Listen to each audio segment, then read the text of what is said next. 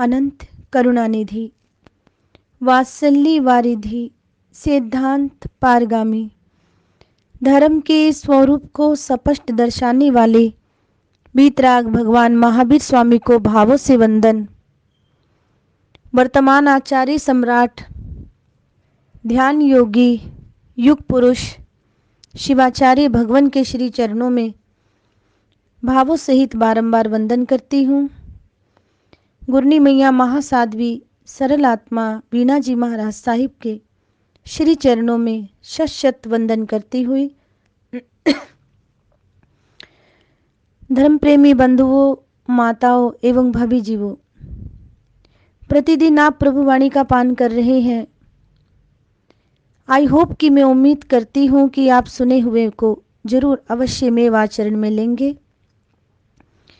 आचरण करना ही हमारे जीवन का एक लक्ष्य होना चाहिए। वीतराग भगवान महावीर की वाणी कहती है कि सुने हुए धर्म पर, शिक्षा पर जब तक हम आचरण नहीं करेंगे, कुछ ना कुछ ग्रहण नहीं करेंगे, चिंतन मनन नहीं करेंगे, तब तक कल्याण के मार्ग को आरोहण नहीं कर सकेंगे। इतिहास की कुछ ऐसी सुखद, शुभ और प्रेरणादायक घटनाएं, शुभ घटनाएं घटित हुई हैं जो आपको समय समय पर प्रत्येक महापुरुष श्रवण कराते हैं। तो आज की जो ये वार्ता है एक दाम्पत्य जीवन की, वो आपके समक्ष रखना चाहूंगी कि कैसा संत जीवन था उनका। कहते हैं रांका और बांका गृहस्थ संत थे। यूं तो वे पति पत्नी थे, लेकिन उनका निष्कलुष व्यवहार, निष्काम भाव किसी वैरागी संत के समान ही था। इतना पवित्र और निर्मल जीवन था उनका कि संतगण भी उनसे प्रेरणा लिया करते थे। प्रतिदिन प्रातः काल जंगल में जाते रांका और बांका दोनों पति पत्नी लकड़ियां काटते, बीनते, गट्ठर बनाकर बाजार में ले जाकर बेच देते। जितना जो कुछ मिल जाता उसी को प्रभु की कृपा प्रसाद का ये भाग समझकर ही प्रभु की सौगात मानकर स्वीकार कर लेते और उसी में जीवन यापन करते।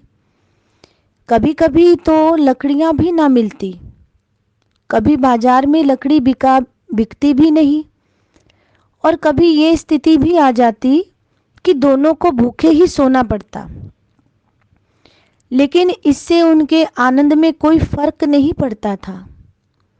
अगर कभी वे भूखे रह जाते तब भी वे परमात्मा को धन्यवाद देते कि आज उपवास करने को मिला। रोज ही खाना खा रहे थे, भोजन कर रहे थे, आज तूने हे प्रभु उपवास का मौका दिया, सो तेरा शुक्रिया। देखिए कितनी शुद्ध भावना रांका और बांका की थी। कहते हैं एक दिन रांका और बांका लकड़ियां इकट्ठी कर बाजार में बेचने के लिए जा रहे थे। रांका आगे और बांका पीछे थी। दोनों के मध्य काफी फासला था। तभी रांका की नजर मोहरों थैली से भरी हुई एक मोहरों पर पड़ी। चमकती मोहरे की थैली पर पड़ी नजर, वे झुका और उस पर मिट्टी डालने लगा। रांका, उसने सोचा कि कहीं बांका इन मोहरों को देखकर ललचा ना जाए और घर ले जाने का मन ना बना ले। वह मिट्टी डाल ही रहा था कि बांका भी आ पहुंची। उसने पूछा, अरे ये क्या कर रहे हो? रांका बात छिपा ना सका। उसने कहा, यहां सोने के मोहरों से भरी थैली पड़ी थी। मैंने सोचा इन्हें देखकर तुम्हारा मन ललचा ना जाए, इसलिए इन्हें मिट्टी में ढक रहा था। बांका मुस्कुराई और कहने लगी बांका, किसको? रांका को मुस्कुराई और कहने लगी, मैंने सोचा कि तुम बहुत बड़े निष्प्रह संत हो, लेकिन लगता नहीं है। अरे मिट्टी को मिट्टी से ढक रहे हो, जानते हो तुम क्या कर रहे हो? जब तक तुम्हारे अंदर मिट्टी और सोने का भेद कायम है, तब तक तुम जीवन की दिव्यता को कैसे पहचान पाओगे? इस प्रकार पत्नी ने कहा।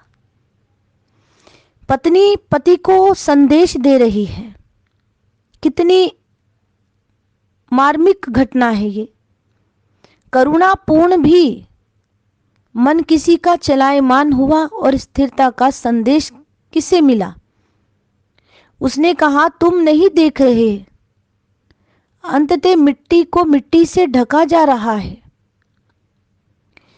और तुम्हारी चेतना इसमें मुस्कुरा रही है। ये बांका कहने लगी। आज के सूत्र हमारे जीवन में उठने वाली इन्हीं तरंगों का प्रतिपादन है, धर्म प्रेमी बंधुओं, माताओं, भविजीवों, कि जहां सोने और मिट्टी के भेद रेखाएं शुरू होती हैं, वहां से संसार भी शुरू हो जाता है। उसके राग और आसक्ति के संबंध जुड़ने शुरू हो जाते हैं। मैं और मेरेपन के भाव से ये डोर मजबूत होती जाती है। जहां आसक्ति और ममत्व बुद्धि के तार जुड़ते हैं, वहां उसका मन प्रतिबिंबित होने लगता है। उसके विचार और कर्म उसी ओर गति करते हैं जहां ममत्व भाव रहता है। एक व्यक्ति जो ध्यान की गहराई में प्रवेश करना चाहता है, उसकी गहराई के द्वार पर भी ममत्व का पहरा रहता है और ये प्रहरी उसे बार बार संसार में खींच लाता है। कभी कभी तो ऐसा भी होता है कि व्यक्ति ध्यान के अंतिम चरण में पहुंच रहा होता है, लेकिन आसक्ति का छिलका उसके पांव तले आ जाता है और वह फिसलकर शिखर से नीचे की सीढ़ी पर आ जाता है, गिरता है। वर्षों की इस बात को ध्यान रखिए आप कि किस प्रकार से हमें प्रत्येक बात का क्या रखना है, ध्यान रखना है। और जब तक हम अपने आप पर कंट्रोल नहीं करेंगे, ध्यान नहीं रखेंगे, तब तक हम मिट्टी और सोने का भेद भी नहीं समझ पाएंगे।